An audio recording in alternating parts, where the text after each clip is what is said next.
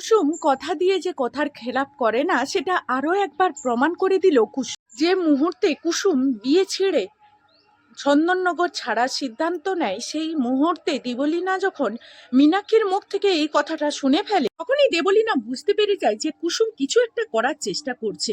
তখনই ইন্দ্রাণী গাঙ্গুলির নাকের ডগা দিয়েই তখন চন্দননগর থেকে সেই রূপসার নগর পর্যন্ত কুসুমের পেছনে গুন্ডা লাগিয়ে দেয় দেবলীনা।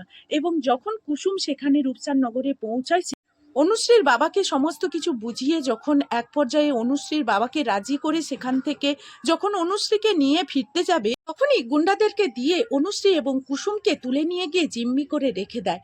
অন্যদিকে যখনই বিয়ে শুরু হয়ে যায় তখনই ঈশান বলতে থাকে যে কুসুম, তুমি তো এরকম নয়, তুমি কি ভেবেছো যে তুমি কথা দিয়ে কথা রাখবে না?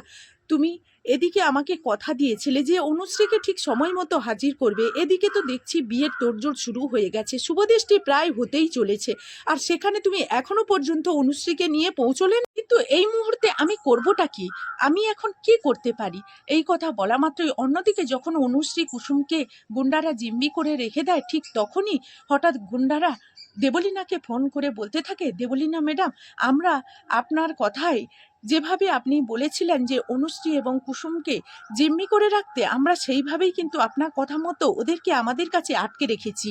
কিন্তু তখনই অন্যদিকে ঈশান বলতে থাকে, এই মুহূর্তে যদি আমি দেবলীনার সম্বন্ধে কোনো কিছু রসনকে নিয়ে এসে মায়ের সামনে চিৎকার করে বোঝানোর চেষ্টা করি, সেটাও তো মা বিশ্বাস করবে না, কারণ কোনো কিছু বানচাল করেই এই সব কিছু মিথ্যে বলে প্রমাণ করে দেবে দেবলীনা। এই ভিডিও কলের মাধ্যমে কুসুমকে দেবলীনা ফোন করে বলতে থাকে, কি কুসুম, তুমি অনেক তো চেষ্টা করলে যে আমার বিয়েটা বানচাল করে দেওয়ার জন্য, কিন্তু তুমি কিছুই করতে পারলে না।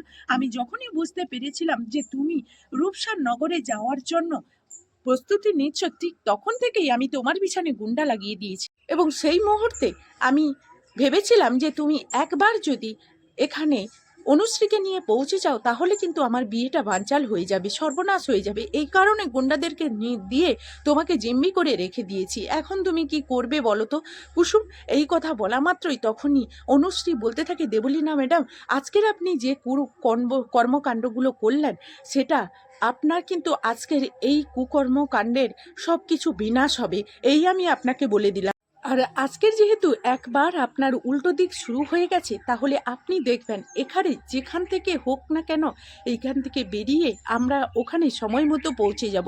এই কথা বলা মাত্রই তখনই দেবলীনা বলতে থাকে, এত গুন্ডার পাহারা থাকতে আমিও দেখব তোমরা কিভাবে ওখান থেকে বেরিয়ে আসতে পারো। তখনই সেই মুহূর্তে দেবলীনা গুন্ডাদেরকে অ্যালার্ট করে বলতে থাকে, দেখুন, ওরা কিন্তু প্রচুর পরিমাণে চস্তুর মেয়ে, তাই ওরা যে কোনো মুহূর্তে কিন্তু বেরিয়ে আসতে পারে, তাই তোমাদেরকে ভীষণভাবে অ্যালার্ট থাকতে হবে। ওরা যদি কোনোভাবে বেরিয়ে এসে আমার বিয়েটাকে বানচাল করে দেওয়ার চেষ্টা করে, আমার বিয়েটা যদি তোমাদের কারণে কোনোভাবে ভেঙে যায়, তাহলে কিন্তু তোমাদের কপালে অশেষ দুঃখ আছে। তোমাদের যে টাকাগুলো আমি দিয়েছিলাম এবং উপরন্তু আমি যেই টাকাগুলো দেব তোমাদের বলেছি, সেই কোনো কিছুই দেব না। আমি যেই টাকাগুলো দিয়েছিলাম সেগুলোও ফেরত নিয়ে নেব। এই কথাটা কিন্তু তোমরা মাথায় রেখো। তো বন্ধুরা, এই ছিল কুসুম ধারাবাহিকের নতুন আপডেট। আবারও নেক্সট আপডেট নিয়ে আপনাদের সামনে হাজির হয়ে যাব। ততক্ষণ সবাই ভালো থাকবে।